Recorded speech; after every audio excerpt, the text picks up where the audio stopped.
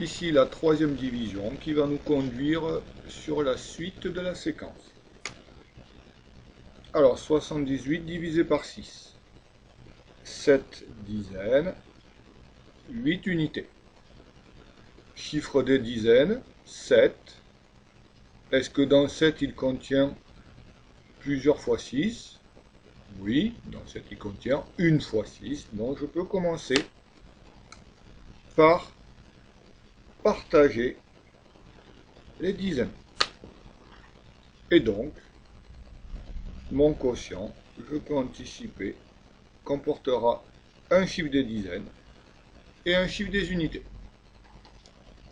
Dans 7, combien de fois 6? Une fois. Une fois 6, 6. Si je soustrais, il me reste donc une dizaine. Sous-entendu, ici vous voyez que l'on fabrique un nombre qui va être du type 10, 11, 12, 13, quelque chose de ce type-là, avec une dizaine. Donc ici, quand on a fait une fois 6, on a en fait une dizaine fois 6. Et lorsqu'on soustrait 6, ici, on soustrait en fait 6 dizaines, c'est-à-dire 60. Et si l'on regarde 78 moins 60, ça fait 18. Donc c'est ce qui se produit en fait lorsqu'on abaisse le 8.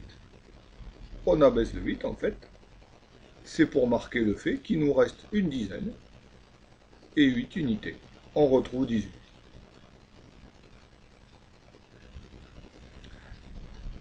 Maintenant,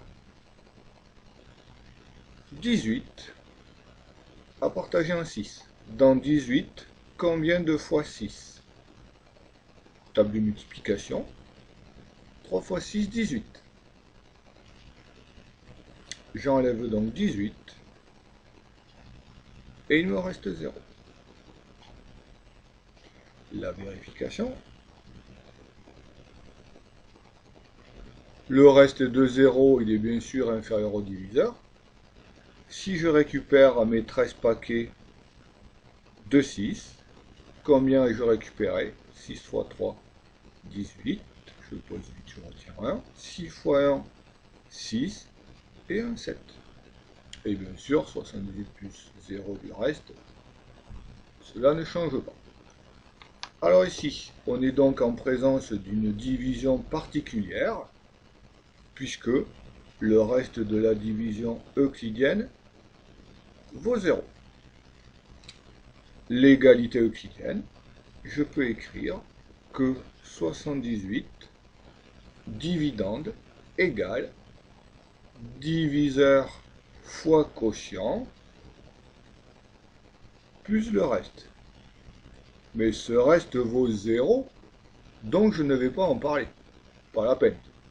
Et regardez, on se retrouve donc avec cette égalité. 78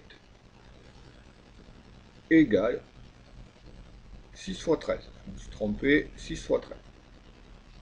Du coup, ce genre de multiplication isolée, on le retrouve dans les tables de multiplication. La table de 6, si on avait commencé la table de 6, 6 fois 0, 0, 6 fois 1, 6, 6 fois 2, 12, 6 fois 3, 18, etc. 6 fois 8, 48, 6 fois 9, allez avec moi, 54. Et si je poursuivais 6 fois 10, 60, 6 fois 11, 66, 6 fois 12, 72, 6 fois 13, 78. Je retrouve quoi ici dans ma table de 6 qui serait illimitée, infinie, je pourrais continuer. Je retrouve mon 78. 6 fois 13, 78.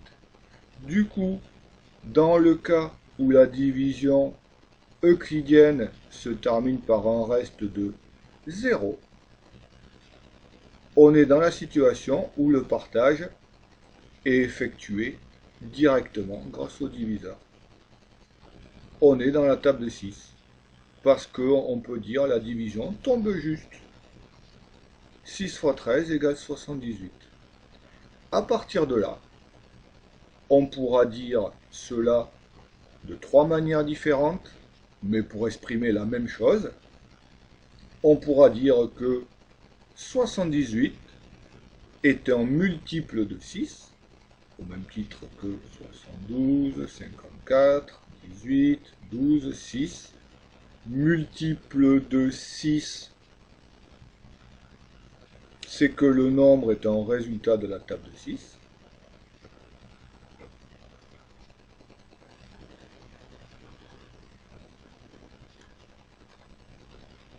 « 78 est un multiple de 6. On pourra dire aussi que, puisque le résultat de la division est de 13 pour le quotient, mais en reste de 0, 78, il est exactement divisible par 6. On dira 78 est divisible par 6. Cela veut dire que l'on peut diviser et que ça tombe juste, sous la forme d'un quotient entier.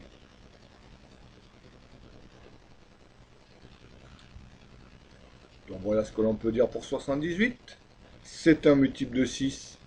Il fait partie de la table de multiplication par 6. 78, il est divisible par 6. Ça veut dire qu'on peut le diviser, mais que cela tombe juste. Il n'y a pas de reste, ce reste vaut 0. Et dernière chose, si on parle du 6 dans ce cas-là, on pourra dire que 6 est un diviseur de 78. Alors j'avais déjà évoqué le mot de diviseur en disant qui fait l'action de, qui fait l'action de diviser. Alors bien sûr ici il fait l'action de diviser, mais dans ce cas-là, 6 est un diviseur de 78, fait l'action de diviser, et sous-entendu, cela tombe juste. Toujours pareil. Le reste de la division vaut 0. Donc voilà trois façons de faire le lien entre 78 et 6. Et cette relation est une relation de multiplication, une relation de division, avec un reste qui vaut nul.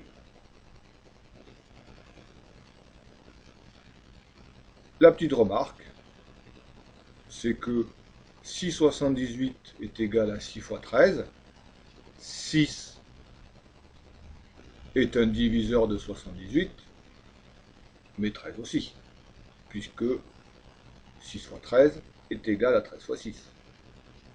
Je pourrais aussi dire donc que 78 est un multiple de 6, mais aussi est un multiple de 13.